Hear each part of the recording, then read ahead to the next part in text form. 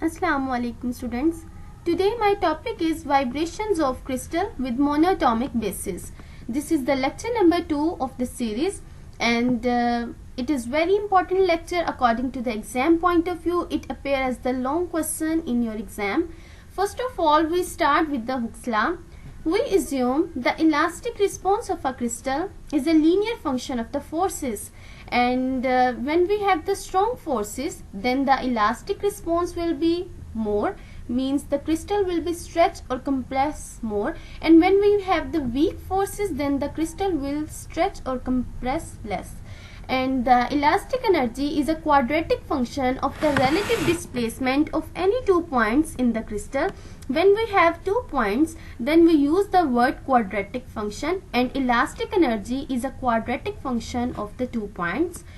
From the Hooke's law, the force exerted on the plane S as caused by the displacement of the plane S plus P is directly proportional to the difference of the displacement US plus P minus US. Force is directly proportional to the difference in the displacement. And for the nearest neighbor interaction, we take the word P is equal to plus minus 1. We use the word nearest, so that's why we take P plus minus 1.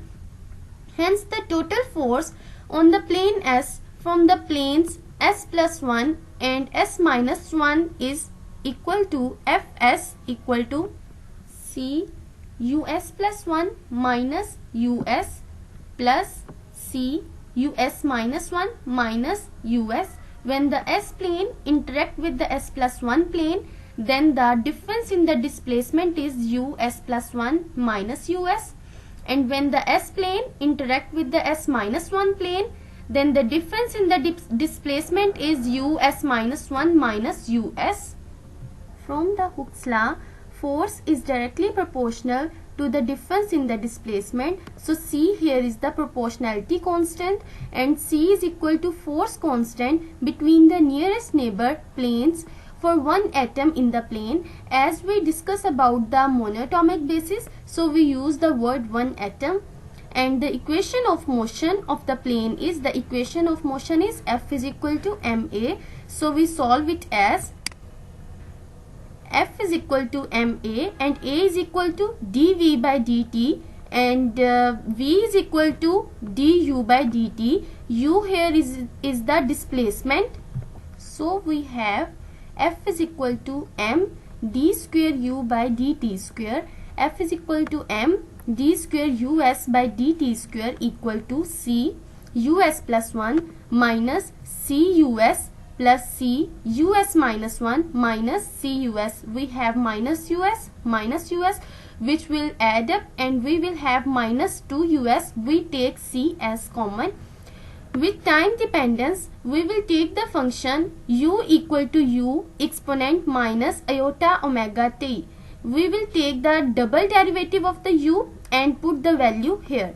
The double derivative of u is written as du by dt is equal to minus iota omega. The derivative of t is minus iota omega u exponent minus iota omega t. The double derivative we will take as d by dt, du by dt means d square u by dt square equal to minus iota omega, and then we will take the further derivative. We will have minus iota omega again, u exponent minus iota omega t minus plus iota square. The value of iota square is minus, so we have minus m omega square us equal to C us plus 1 plus us minus 1 minus us. By the travelling wave solution for a periodic set of the atomic planes with a spacing of a, us equal to u exponent iska. For the travelling wave solution, we will take us equal to u exponent iska. For the plane us plus 1 and us minus 1, we will put here s plus 1 and s minus 1. Then we will have u exponent iota ska exponent plus minus iota ka. We will put the value of us plus 1, us minus 1 and us in the equation number 3.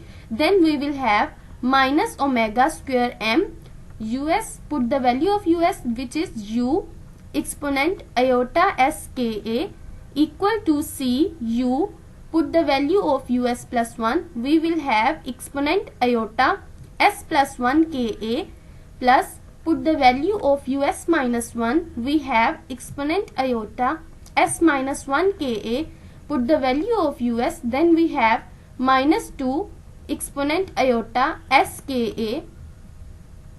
We will take u common from the three terms and cancel the u from the opposite sides of the equality, and we cut u from both sides. As the exponent iota ska exists in the three terms, so we will take it common, and the cut exponent iota ska from both sides of equality.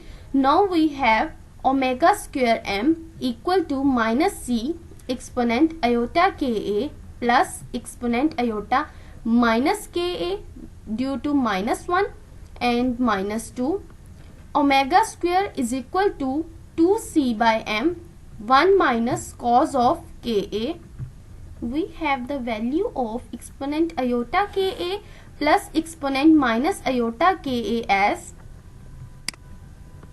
exponent iota ka plus exponent minus iota ka equal to 2 cos of ka.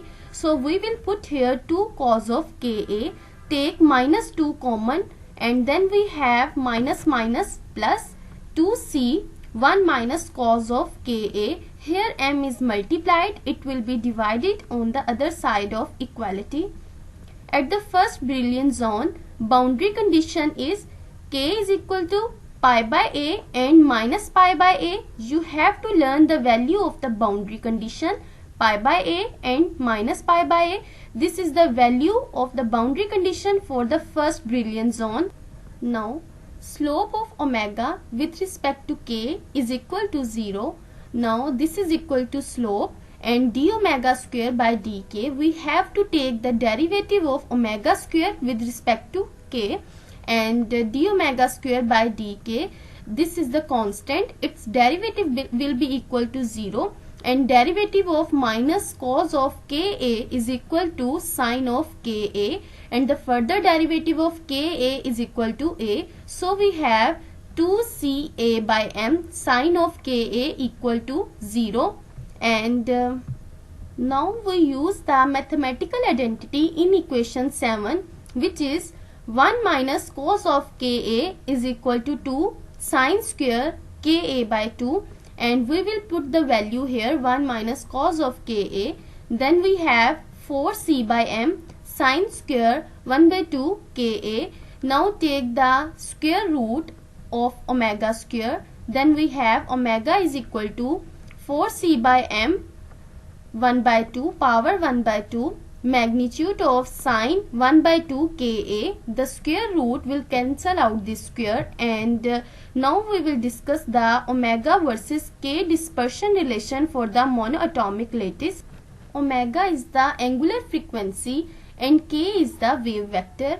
We will plot for omega by 4c by m power 1 by 2 from here, from this on the y-axis, and k on the x-axis. We have the values of k as minus pi by a, 0, pi by a, 2 pi by a, up to so on, and here we have two peaks, and here the value is omega by 4c by m power 1 by 2 equal to magnitude of sine 1 by 2 ka.